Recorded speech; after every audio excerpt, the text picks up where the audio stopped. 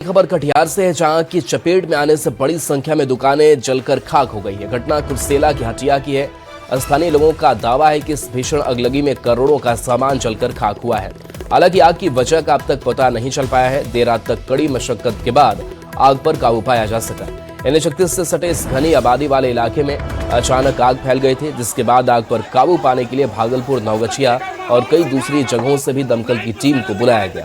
स्थानीय लोग इस घटना में सैकड़ों दुकान जलने की बात कह रहे हैं, लेकिन प्रशासन की ओर से 50 से ज्यादा दुकानें जलने की बात कही गई है। घटनास्थल पर पहुंचे SDM ने पीड़ितों को जल्द से जल्द हर संभव मदद का भरोसा दिलाया है। 3 घंटे के बाद जो है अभी आग पर काबू पाया गया। ये तस्वीर आपको दिखा रहे हैं, जहां पर काफी नुकसान पहुंचा है। आग की लपटें काफी तेज नजर आ रही है। प्रशासन की तरफ से भी पूरी व्यवस्था करने की बात कही जा रही है और ये दमकल की गाड़ियां जो है वो आग बुझाने की कोशिश लगातार करती रही। और देखिए किस तरीके से धुएं का जो गुब्बार है वो आसमान की ओर उठता हुआ नजर आ रहा है। अरबों रुपये में क्षति है सर जी। कितने दुकान जले होंगे? कम से कम 500 दुकान जल गया है सर जी। कितना? 500। हम क्या सब चीज का दुकान था? क्या जी? क्या सब चीज का दुकान था? सर यहाँ दुकान था कि कपड़ा का दुकान था, मसाला का दुकान था, प्लस में दुकान था, मोबाइल का दुकान था। मोबाइल जल के राख हो गया। सब चीज कहीं निकालने के लिए समस्या नहीं पड़ा हमको, कि निकालने का मौका भी नहीं मिला सर जी हमको। यहाँ पर वर्तमान में आग पर काबू पा लिया गया है और आप पीछे देख सकते हैं छिटपुट थोड़ी बहुत जहाँ पर कुछ लकड़ियाँ हैं, छिटपुट थोड़ी सी आग बाकी है, जिसके लिए अभी हमारी ढेर सारी दमकल है, आपने देखी होंगी, लगी हुई हैं। लगभग 5 के आसपास छोटी दमकल और 4 के आसपास 4 बड़ी दमकल इसमें लगी हुई हैं। बार बार सारा का सारा प्रशासन जो है वो लाइनअप है और अभी तक किसी भी प्रकार की जान की कोई क्षति नहीं हुई है। इसका सर्वेक्षण शुरू कराएंगे कि किस किस व्यक्ति का कितना कितना नुकसान हुआ है और वो सर्वेक्षण करवा के जल्दी करवा लिया जाएगा 1 से 2 दिन के अंदर। और उसके बाद फिर जो कानून सम्मत जो मुआवजा है उसका दिलवाने की प्रक्रिया तेजी से की। खबर भोजपुर के आरा से है, जहां जेल रोड में अचानक एक दुकान में भीषण आग लगने से अफरा तफरी मच गई। घटना के समय दुकानदार दुकान बंद कर घर जा चुका था। स्थानीय लोगों के अनुसार पास में हो रहे शादी समारोह में छोड़े गए पटाखों की चिंगारी से आग लगी, जिसने देखते ही देखते विकराल रूप ले लिया। सूचना पर पहुंची दमकल की 4 गाड़ियों ने कड़ी मशक्कत के बाद आग पर काबू पाया। आग के कारण आसपास के घरों को खाली कराया गया। पीड़ित दुकानदार ने भारी नुकसान की बात कही। शॉर्ट सर्किट से आग लगा हुआ है, लेकिन यहाँ के स्थानीय जनता और मैं उधर प्रशासन को भी, जिला प्रशासन को भी बहुत धन्यवाद देता हूँ। त्वरित कार्रवाई करते हुए इसको काबू पाया, फायर ब्रिगेड को भेजा। कैसे लगा आपके दुकान में आग? ये इसकी कोई जानकारी मिली अभी तक? बड़ाका से कब लगा? 9:15 बजे। क्या है दुकान का नाम? आप बिछावन घर। आप अपना परिचय? मेरा नाम दीपक। घर कहाँ है आपका? ये हम लोग जो अभी बुझा रहे हैं, ऊपर ताला में लगा है, प्याज लगा इसमें रखा हुआ है। ये तो हम लोग के जवान देखे हैं, कचरा किसी टाइप का हो गया है। अब क्या था तो मालिक बताएंगे क्या था, स्पष्ट रूप से वही बताएंगे। खबर जामताड़ा से है, जहां मेहजाम थाना क्षेत्र के हटिया हांडीपाड़ा में भीषण आग लगने से हड़कंप मच गया। रिहायशी इलाके में घर के बाहर खाली पड़े प्लॉट में अचानक आग लग गई।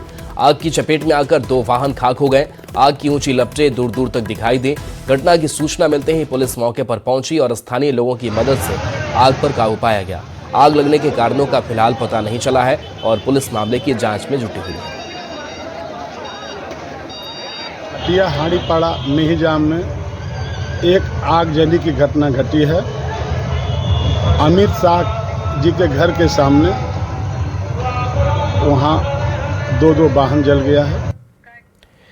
चाईबासा से बड़ी खबर, जहां CRPF 174 बटालियन के 2 जवान जख्मी हो गए। दोनों जवान के पैर और सिर में चोट आई है। बेहतर उपचार के लिए रांची रेफर किया गया है।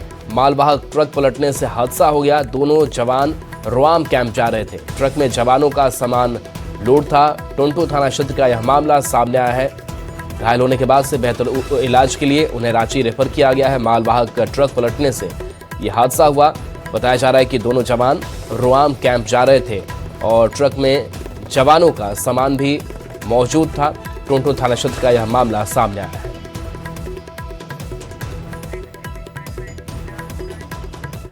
हाल के दिनों में फायरिंग और व्यवसायियों को धमकी देने के मामले में रांची पुलिस ने बड़ी कार्रवाई की है। राहुल सिंह गिरोह के 3 मुख्य अपराधी को पुलिस ने गिरफ्तार किया है, जिसमें कटप्पा, RDX और पंकज शामिल है। राहुल सिंह गिरोह की ओर से मेसरा ओपी इलाके में व्यवसायी को टारगेट कर फायरिंग और रंगदारी मांगी गई थी। गिरफ्तार अपराधियों के पास से एक पिस्टल और 15 जिंदा कारतूस बरामद किया गया है। पुलिस के हत्या चढ़े आरोपियों के अश्विनी कुमार उर्फ कटप्पा शामिल है, जो अमन साहू गिरोह का खास हुआ करता था और उसके मारे जाने के बाद राहुल सिंह गिरोह से जुड़ गया था। बैकग्राउंड में सारा मैनेजमेंट करता था और डायरेक्टली क्राइम कमिट नहीं करता था। डायरेक्टली वो फायरिंग नहीं करता था, लेकिन उसका डायरेक्ट इन्वॉल्वमेंट ऑलमोस्ट हर एक्टिविटी में था। पहले वो अमन साहू से भी अराउंड 80 से 90 लाख रुपया वो ले चुका है अपनी ये जो फैसिलिटेट करता था, और उसके बाद से वो राहुल सिंह गिरोह से जुड़ा हुआ है। और अब तक उसकी जो आइडेंटिटी है वो भी सिर्फ कन्फेशंस में आती थी या लोग बताते थे, लेकिन एग्जैक्ट आइडेंटिटी उसकी किसी को पता नहीं थी। वो एलियास यूज़ करता था, कटप्पा नाम का एलियास वो यूज़ करता था। और कटप्पा, जब अमन सिंह की डेथ होने के बाद कटप्पा के बाद राहुल सिंह गैंग में उसको जॉनी के नाम से जाना जाता था। उसकी एक्चुअल आइडेंटिटी फिर पता चली है कि उस व्यक्ति का नाम है अश्विनी कुमार परवत्ता, वो रामगढ़ के रहने वाली हैं। गोपालगंज से बड़ी खबर, जहां संदिग्ध हालत में कैदी की मौत हो गई। जेल में कैदी की मौत से हड़कंप मच गया। सदर अस्पताल शव लाया गया है। मौत के कारणों की जानकारी नहीं मिल पाई है। कैदी के परिजनों को जानकारी दी गई है। तो गोपालगंज से बड़ी खबर बता रहे हैं, जहां संदिग्ध हालत में कैदी की मौत हो गई है। जेल में कैदी की मौत के बाद हड़कंप है।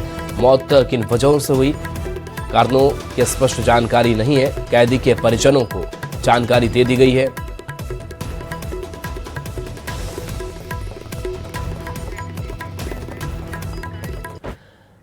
खबर लातेहार से, जहां मनिका थाना क्षेत्र के पचफेड़ी के पास महाशिवरात्रि के मौके पर शिव बारात के दौरान उस समय अफरा तफरी मच गई, जब एक अनियंत्रित कार ने कई गाड़ियों को टक्कर मार दी।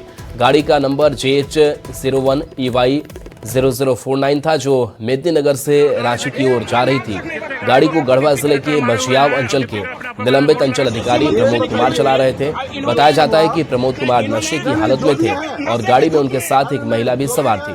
उनकी गाड़ी में डिप्टी कलेक्टर का बोर्ड भी लगा हुआ था। स्थानीय लोगों में आक्रोश फैल गया और मौके पर भारी भीड़ जमा हो गई। स्थिति बिगड़ता देख मनिका थाना पुलिस तुरंत मौके पर पहुंची और सूझबूझ दिखाते हुए प्रमोद कुमार को भीड़ से सुरक्षित निकालकर हिरासत में ले लिया गया। पुलिस आगे की कार्रवाई में जुटी है। इधर अधिकारी प्रमोद कुमार ने सवालों का जवाब देने से इनकार कर दिया। तो आपका गाड़ी में डिप्टी कलेक्टर का लगा हुआ है बोर्ड। और दरभंगा से बड़ी खबर है, जहां मैथिली ठाकुर की मां की पर्स का चोरी हुआ है। पर्स से कीमती सामान की चोरी कर ली गई। बीजेपी विधायक की मां के हीरे के गहने चोरी हुई है। घनश्यामपुर थाने में मामला दर्ज किया गया है। पुलिस ने मामले की जांच शुरू कर दी है। बता दें कि बैठक में विधायक की मां गई थी, जहां पर्स कार से गायब हो गया। घनश्यामपुर प्रखंड के लालापट्टी गांव में 1 तारीख को पहुंची थी। विधायक मैथिली ठाकुर की मां भारती ठाकुर ने गाड़ी में पर्स छोड़ दिया था। सभा से लौटकर आने के बाद गाड़ी से पर्स गायब मिला। तो बता दें कि लालापट्टी गांव में 1 तारीख को वो गई थी, कार्यक्रम था, और वहां से लौटकर जैसे ही वो गाड़ी के अंदर आई, देखा कि गाड़ी से पर्स गायब है और उसमें बताया जा रहा है कि उनकी महंगी ज्वेलरी थी, जिसकी चोरी कर ली गई है। इस पूरे मामले को लेकर के थाने में मामला दर्ज कराया गया है। वो आपको FIR कॉपी भी दिखा रहे हैं। पुलिस मामले की तफ्तीश में जुटी है। और अब बात अभिनेत्री अक्षरा सिंह के उस बयान की, जिससे भोजपुरी फिल्म इंडस्ट्री में बवाल मच गया है। लंबे समय तक पवन सिंह को लेकर चुप रहने वाली अक्षरा सिंह अब पवन सिंह की पत्नी ज्योति सिंह के समर्थन में खुलकर सामने आ गई है। पवन सिंह की पत्नी के साथ विवाद और 10 करोड़ रुपए की एलिमनी की मांग को जायज ठहराते हुए अक्षरा ने एक और बड़ी मांग रख दी। अक्षरा का यह बयान पवन सिंह का टेंशन बढ़ाने वाला क्यों है, इस रिपोर्ट के जरिए समझिए। 10 करोड़ मांगे चाहे 20 करोड़ मांगे, हमको तो लगता है 100 करोड़ भी कम पड़ जाएगा।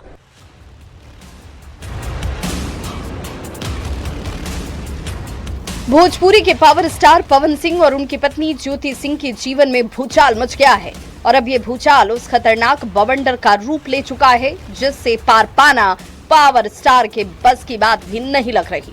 लंबे समय से विवादों में चल रहा पवन सिंह और ज्योति सिंह का रिश्ता सबसे नाजुक मोड़ पर पहुंच चुका है। दोनों के बीच तलाक को लेकर आरा सिविल कोर्ट में कई बार सुनवाई हो चुकी है। खबरों के मुताबिक पवन सिंह की पत्नी ज्योति सिंह ने कोर्ट में अपना दर्द बयां करते हुए 10 करोड़ रुपए की एलिमनी की मांग की है, जिसे पवन सिंह के साथ रिश्ते को लेकर सुर्खियों में रहने वाली अक्षरा सिंह ने जायज हक ठहराया। शादी करके आप किसी को लेके जाते हैं तो आपका दायित्व बनता है, और एक लड़की का ये हक बनता है कि वो अपनी एलिमनी ले, तो वो सही है अपनी जगह पे, डेफिनेटली देना ही चाहिए। तो सुना आपने, भोजपुरी अभिनेत्री अक्षरा सिंह अब ज्योति सिंह के पूरे सपोर्ट में आ गई हैं। पवन सिंह के साथ विवादित रिश्ते को लेकर लंबे वक्त तक चुप्पी साधने वाली अक्षरा सिंह अब खुलकर पवन सिंह के सामने खड़ी हो गई हैं। पहले भी पवन सिंह पर कई गंभीर आरोप लगा चुकी अक्षरा सिंह को पवन पर दोबारा हमला बोलने का बड़ा मौका हाथ लग गया है। लिहाजा अक्षरा पवन सिंह का नाम लिए बगैर बढ़ चढ़कर हमला बोल रही हैं। यहाँ तक कि ये कहकर ज्योति सिंह का हौसला भी बढ़ा रही हैं कि 10 करोड़ क्या चीज है, 100 करोड़ रुपए भी एलिमनी के तौर पर कम पड़ेंगे। वो 10 करोड़ मांगे चाहे 20 करोड़ मांगे, हमको तो लगता है 100 करोड़ भी कम पड़ जाएगा। जो लड़की ने झेला है वो 100 करोड़ भी कम है देना, तो आई थिंक देना चाहिए और समाज को मिल के दिलवाना चाहिए। पहले से चर्चा में रही ज्योति सिंह की एलिमनी डिमांड अक्षरा सिंह के बयान के बाद एक बार फिर से सुर्खियों में है। ज्योति की मांग को जायज ठहरा रही अक्षरा का पवन सिंह के साथ क्या रिश्ता रहा है, ये वो खुद जग जाहिर कर चुकी हैं। और अब पहली पत्नी की मौत के बाद पवन सिंह की दूसरी शादी भी जब टूटने के कगार पर है, तो अक्षरा एक बार फिर से सामने आकर ज्योति सिंह की पैरोकारी कर रही हैं। ऐसे में देखना होगा कि भोजपुरी इंडस्ट्री में अक्षरा के इस बयान का क्या रिएक्शन देखने को मिलता है। Bureau report, news 18। पटना से बड़ी खबर, जहां गृह मंत्री सम्राट चौधरी ने बड़ी बैठक की। सचिवालय स्थित कार्यालय में काम शुरू किया गया। गृह विभाग और बिहार पुलिस के वरिष्ठ अधिकारियों के साथ समीक्षा बैठक की। बिहार की कानून व्यवस्था को और सुदृढ़ बनाने के लिए आवश्यक दिशा निर्देश दिए। तो गृह मंत्री सम्राट चौधरी ने बैठक की लॉ एंड ऑर्डर को कैसे दुरुस्त रखा जाए, इसको लेकर के निर्देश दिए। अधिकारियों के साथ विभाग की कामकाज की समीक्षा की। पुलिस के अधिकारियों के साथ उन्होंने अपनी समीक्षा की।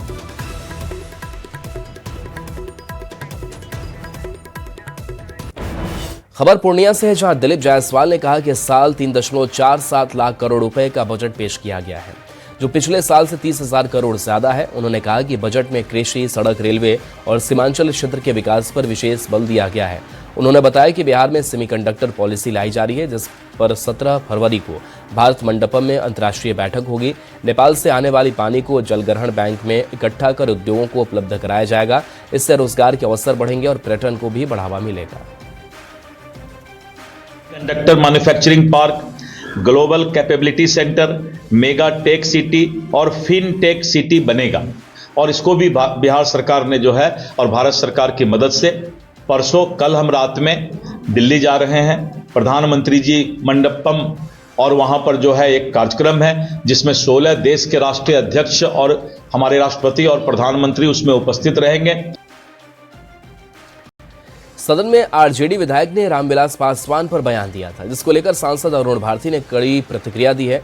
उन्होंने कहा कि रामविलास पासवान ने हमेशा समाज के हर वर्ग के लिए काम किया और उन पर सवाल उठाना अनुचित है। उन्होंने आरजेडी पर स्वार्थ की राजनीति करने का आरोप लगाया और तेजस्वी यादव से जवाब देने की मांग की। साथ ही उन्होंने भारत-पाक क्रिकेट मैच में राजनीति न करने की भी नसीहत दी। रामविलास पासवान जी ने अपने राजनीतिक जीवन में हर तबके के लिए काम करने का प्रयास किया है। ऐसे में स्वर्गीय रामविलास पासवान जी के लिए इस तरह के शब्दों का उपयोग करना, सदन में, खास करके सदन में उनको इस तरह से भाषा की अपनी मर्यादा नहीं रखना, हमेशा इन लोगों का फितरत रहा है, इन लोगों का नीति और नियत रहा है।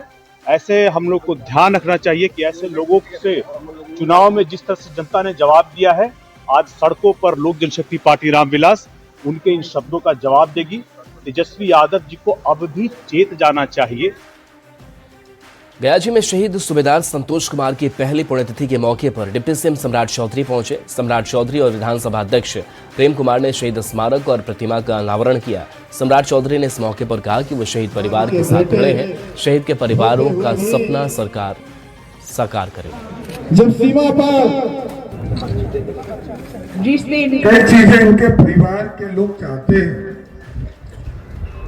सरकार पूरी तरह प्रतिबद्ध है।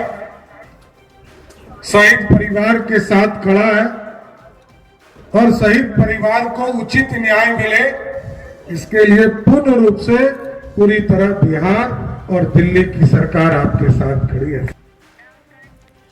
खबर वैशाली से है, जहां महुआ थाना क्षेत्र के भगवतपुर तरवारा गांव में देर रात चोरी करने पहुंचे 3 बदमाशों को ग्रामीणों ने पकड़ लिया। शोर मचाने पर गांव के लोग जुट गए और तीनों की पिटाई के बाद उन्हें पुलिस के हवाले कर दिया। उनके पास से एक पिस्टल, एक देसी कट्टा, 8 कारतूस और चोरी के औजार बरामद हुए हैं। चोरों के 2 साथी अंधेरे का फायदा उठाकर फरार हो गए। पकड़े गए आरोपियों ने खुद को शराब कारोबारी बताया, लेकिन पुलिस मामले की जाँच कर रही है। फरार बदमाशों की गिरफ्तारी के लिए छापेमारी जारी है। 1 बजे रात के चोर आया था, गोली बंदूक सब ले ले था। वो बच्चा उच्चा सासू माँ सब एक चौकी पर सुतल थे, पिस्टन भी रहे थे। हमारा सब भाई में पकड़ गए, डर लगने लगा। हम बच्चा से लेकर अंदर हो गए तो गिरिल पिटने लगा। तो आदमी से जुटा, सब आदमी पकड़ा उकड़ा। तो बाद में और आदमी भाग गया और आदमी पकड़ा, पिस्टन सब पकड़ा लेते हैं। सब आदमी पकड़ उकड़ के मारे उड़े और पकड़ के प्रशासन के कॉल किए। प्रशासन भी आया तो कुछ नहीं बोले, तो जो कैसे नहीं मारी, आप पकड़ के ले गया। देखे यही जो हल्ला चिल्ला हो रहा था, उसके बाद में घर में घुसा हुआ था तो पकड़ लिया। उसके बाद में उधर गोली और फिर गोली पिस्टल कॉफी लेकर आया। उसको हम लोग इस जगह पकड़ लिए रोड पर, उसको मोटरसाइकिल वाला को, और इसको पकड़ा यहाँ वही देखे। और उसके बाद में धमकी क्या देता है कि अभी हम छूट को चले आएंगे तो आपको हम देख लेंगे, सबके मर्डर करेंगे। खबर बाढ़ से, जहां बख्तियारपुर रेलवे स्टेशन पर ट्रेन के कोच में एक नवजात शिशु मिलने से अफरा तफरी मच गई। जानकारी के अनुसार पटना जंक्शन पर एक अज्ञात शख्स बच्चे को बर्थ पर छोड़कर उतर आया और वापस नहीं लौटा। सूचना मिलते ही आरपीएफ और जीआरपी ने नवजात को सुरक्षित उतारकर अस्पताल भेजा। वहीं घटना की सूचना चाइल्ड हेल्पलाइन को भी दी गई। मामले की जांच जारी है।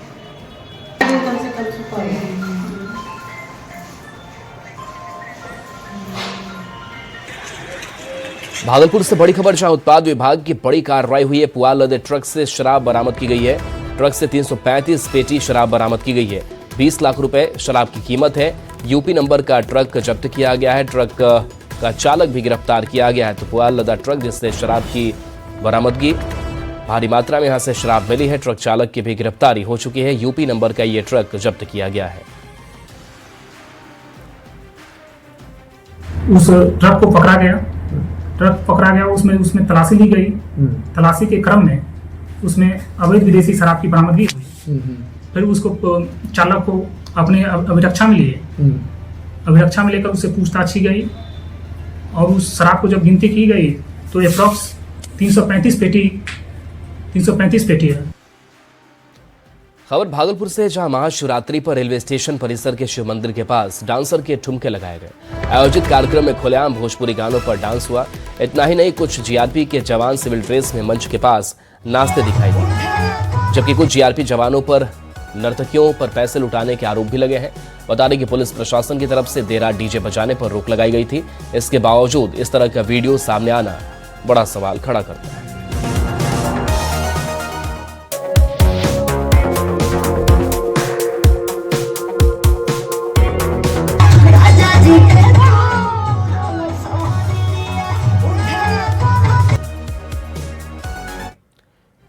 खबर जमुई से है, जहां स्टेडियम में 2 दिवसीय माटी का बल दंगल कुश्ती प्रतियोगिता का आयोजन किया गया। प्रतियोगिता बिहार के कई जिलों में पहलवान भाग ले रहे हैं।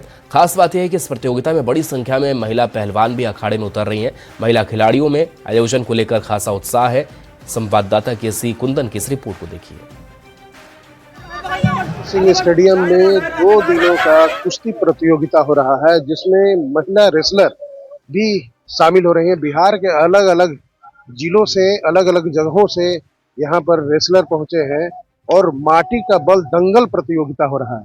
हम बात करने की कोशिश करते हैं, कुछ लोग हैं यहाँ पर जो रेसलर है। क्या जीत अभी 50 से 60 वेट कैटेगरी में मेरा फर्स्ट कुश्ती हुआ, मैं निकाली हूँ।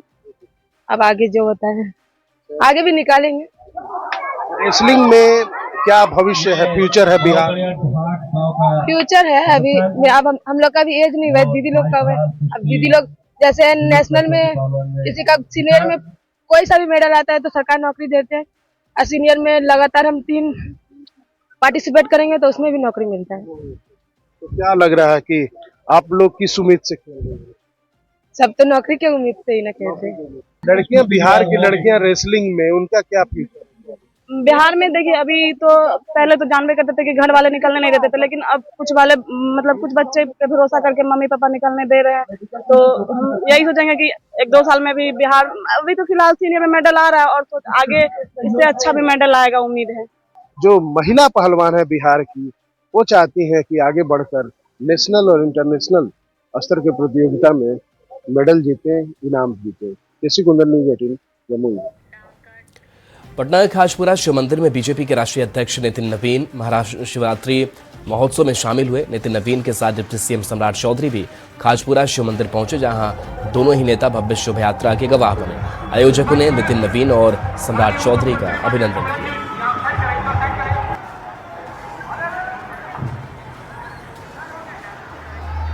महाशिवरात्रि के पावन अवसर पर देवघर में बाबा बैद्यनाथ की भव्य बारात निकाली गई।